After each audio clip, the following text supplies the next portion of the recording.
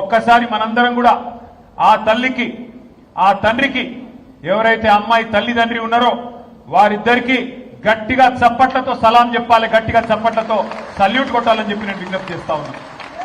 ఎందుకు? ఒకవైపు కేంద్ర హోంశాఖ మంత్రి, మరొక వైపు రాష్ట్ర ముఖ్యమంత్రి, ఇద్దరు పవర్ఫుల్ పోస్టుల్లో ఉన్న ఆ తల్లి ఆ తండ్రి అదరలేదు బెదరలేదు. ఇద్దరు కుమ్మక్కై, ముఖ్యమంత్రి కేంద్ర మంత్రి ఇద్దరు కుమ్మక్కై ఆ అమ్మాయికి అన్యాయం చేయాలనుకున్నా ఆ తల్లి తండ్రి వెనుకకు తగ్గలేదు. కామాంధుడి చేతిలో విలవిలలాడిన అమ్మాయికి న్యాయం చేయాలని చెప్పి ఆ తల్లి తండ్రి చేసిన పోరాటం, దానికి అండగా మన బీఆర్ఎస్ పార్టీ మహిళల నాయకత్వం, మన బీఆర్ఎస్ పార్టీ మహిళా బృందానికి కూడా గట్టిగా చప్పట్లతో మీరు అభినందనలు చెప్పాలి. ఎక్కడికక్కడ పోరాటాలు చేసి మహిళా కమిషన్, డీజీపీ అంబేద్కర్ గారి దగ్గరికి పోయి మన మహిళా నాయకత్వం మొత్తం కాళికాదేవిలాగా విరుచుకుపడి మరి ఎక్కడి వారక్కడ నిలదీస్తే మన పెద్దలు, మన party general secretary doctor RS Praveen Kumar గారికి కూడా గట్టిగా చప్పట్లతో అభినందనలు చెప్పాల. ఆయన ఒక మాజీ ఐపీఎస్ అధికారి, అన్ని విషయాలు తెలిసినవాడు.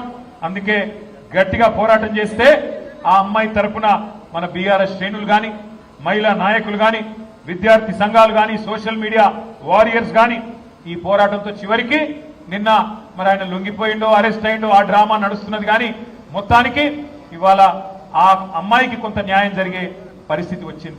ఇవాళ నేను ఒకటే అడుగుతా ఉన్నా ప్రధానమంత్రి మోడీ గారిని, అయ్యా మీరు అంటున్నారు బేటీ బచావ్ బేటీ పడావ్ అంటున్నారు, కేవలం నినాదాలకే పరిమితమైతే న్యాయం జరగదు మోడీ గారు. బహుశా భారతదేశంలో మొట్టమొదటిసారి ఒక కేంద్ర మంత్రి కొడుకు మీద లుకౌట్ నోటీస్ ఇచ్చే పరిస్థితి వచ్చింది. కేంద్ర మంత్రిని ఇవాళ మీరు బర్తరఫ్ చేయకపోతే ఇక్కడ విచారణ సజావుగా జరిగే పరిస్థితి లేనే లేదు. ఎందుకంటే ఆ తప్పు చేసిన వ్యక్తిని దాచిపెట్టింది ఎవరు? 9 రోజులు ఎవరు దాచిపెట్టిండ్రు? ఆ కేంద్ర మంత్రి గారే కదా. ఇవాళ ఒక్కసారి దయచేసి ఆలోచన చేయండి. నిజంగా కూడా ఇలాంటి వ్యక్తులు పదవుల్లో కొనసాగుతూ ఉండడం అది తెలంగాణకే కాదు భారతదేశానికి కూడా అవమానకరం.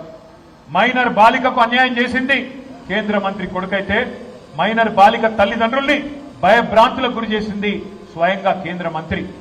ఆయననే పిలిచి బెదిరించి వాళ్లను మరి ఇబ్బంది పెట్టే ప్రయత్నం చేసినారు. ఇంత తీవ్రమైన కేసును నీరుగార్చే ప్రయత్నం చేసింది ఈ రాష్ట్ర ముఖ్యమంత్రి.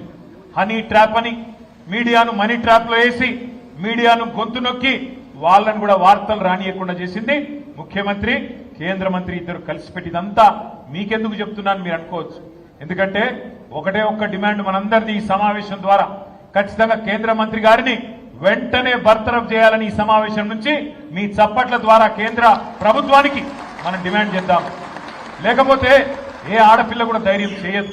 రేపు తన మీద ఏం జరిగినా, ఏ అఘాయిత్యం జరిగినా ముందుకొచ్చే ధైర్యం చేయరు. పెద్దవాళ్ళు తప్పించుకుంటారు. అధికారంలో ఉన్న వాళ్లకు ఇబ్బంది కాదు అనుకుంటే ఏ ఆడకూతురు కూడా రేపు బయటికి వచ్చి మళ్ళీ కంప్లైంట్ చేయడానికి కూడా భయపడే పరిస్థితి వస్తుంది. అందుకే కేంద్ర మంత్రిని తొలగించాలే, విచారణ నిష్పక్షపాతంగా జరగాలని చెప్పి కూడా నేను మిమ్మల్ని హృదయపూర్వకంగా విజ్ఞప్తి చేస్తూ ఈ సభ ద్వారా నేను కేంద్ర ప్రభుత్వాన్ని కూడా డిమాండ్ చేస్తా ఉన్నా.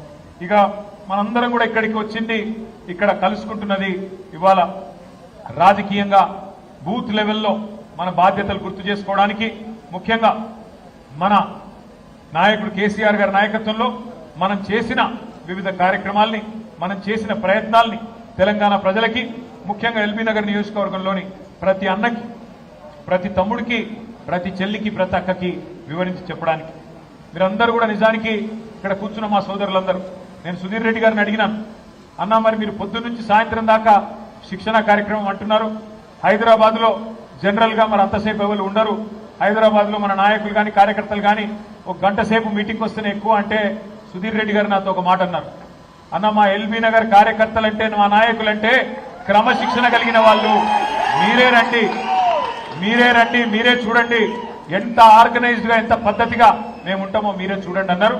అన్నట్టుగానే